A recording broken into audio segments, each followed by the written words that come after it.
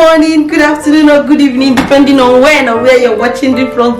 Welcome to my channel. I'm so happy to have you here. Welcome, guys. I'm so happy to have you. I want to seize this opportunity to thank you guys so much for the love from my last video.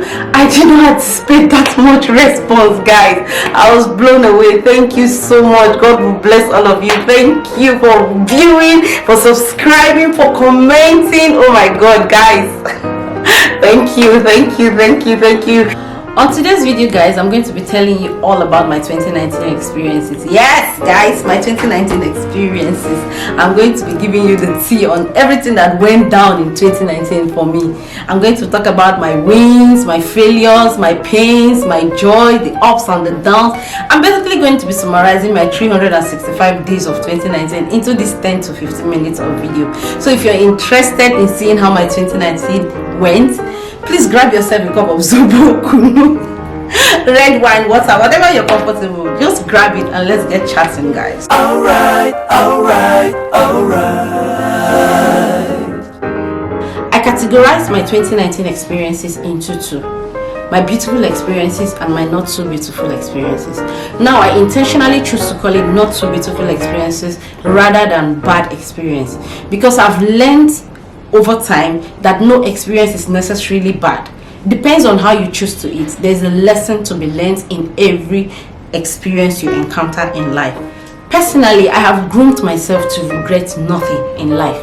And trust me, guys, as hard as it might be or seem to be, it is the best way to live. Because think about it, guys. If you regret it, can you change it? You cannot. So why bother? Why channel that energy into regretting something that you cannot change? I'd rather you channel that energy into picking yourself up and doing something better, fixing what needs to be fixed, and moving ahead generally. You don't have to cry over spilled milk like Oyibo people talk. Now, guys, before we get carried away with motivational speak, please let's recount my 2019. I'm going to be starting with my not so beautiful experiences in friendship and relationship.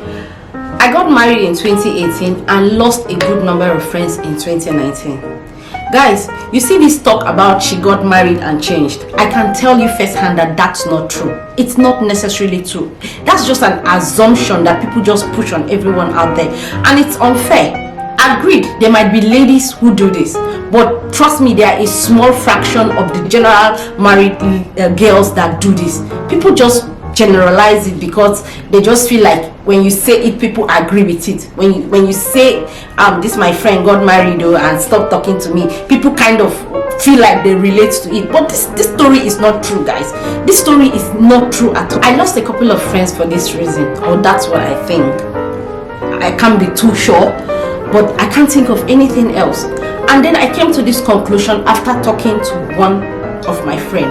I noticed that our friendship was dwindling, and I chatted her up, trying to find out what was happening, if there anything I have done, let me try to apologize or something. And her response was, you know, say you don't marry now I just give you your will, may I no come spoil you.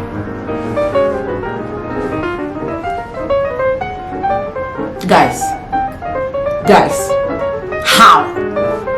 how you were my friend before I got married? Okay, first I think I need to clear this. Maybe it depends on who you were before you got married. I'm not trying to brag or put myself in a good light out there. I've never been a bad girl per se, and I do not have bad friends. So as far as I'm concerned, all the friends I have before marriage, I can still comfortably keep them in marriage, because they are not the kind of friends that I think will lead me astray. Hey, excuse me. Nobody can even lead me astray. Have you seen me? Have you met me? I'm not that easy to be manipulated. I'm not perfect. I'm not so super or whatever. But guys, you can imagine my shock when she said that. You can imagine my disappointment to hear her say that. And this was supposed to be a very close friend of mine. We have talked about things. We've talked about even this situation, about people getting married, and I have always told her I don't believe in that. And she applied it to me. I was really disappointed, to say the least. I was really disappointed to hear her say something like that. Anyways, This was an experience from one person, but from some careless statement from some others, I just drew to this conclusion that they were avoiding me because of my new status as a missus. And I can't tell you how disappointing that is. This didn't happen with all my friends though. I'm still very good friends with some. We've grown closer over time and I've come to love and respect them so much. Secondly, guys, how many of you do this vision board thing? Well, I did, and I tell you what, never again.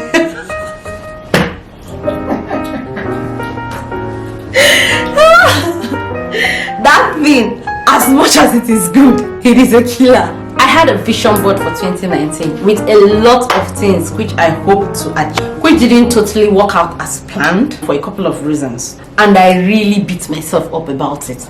Each time I look at my vision board, I almost fall into depression, especially towards the end of the year. I will beat myself up about everything. I will insult myself. I'll tell myself I did not achieve anything, I did not do anything, I did not win.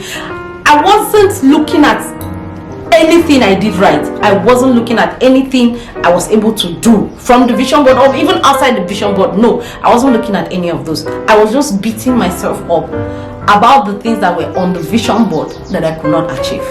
It was terrible, guys. Please don't do that to yourself. Don't do that. As long as you actually made an effort, then kudos to you. Great one. You did amazing. The things we did not achieve last year, 2019, we're going to do it 2020. We're still here. I do not believe opportunities come and go. No, I'm not a believer of that. I believe opportunities abound. When there's life, there's hope. We move, guys. We move. 2020 will do better. My third and last not so beautiful experience is actually a tie with my first and most beautiful experience of 2019, and that is the challenges that come with being a mom. Guys, they never tell you everything. There are challenges to this thing. Guys, you can never really understand it unless you experience it firsthand. The challenges have beautiful and not so beautiful periods, and one of the not so beautiful parts of this challenge is the fact that if you're not careful, guys, you will lose yourself, especially if you don't have help, which was my case. Don't get me wrong, guys, my husband helps a lot, but he's a man and there are limits to what he can do. Guys, it is not easy, especially if you have a very active baby like mine. You basically have to give these little sweet humans 98% of your life and time. They are very demanding, especially for first timers like us, like me. But we're getting the hang of it. Day by day, we learn and get better. Like I said, guys, that is also my best experience of 2019. Being a mom. Oh my god.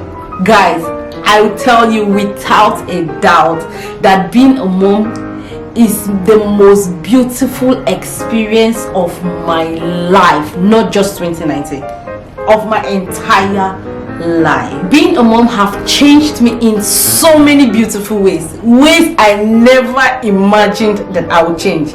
Being a mom has got me to places that I've never thought I would be.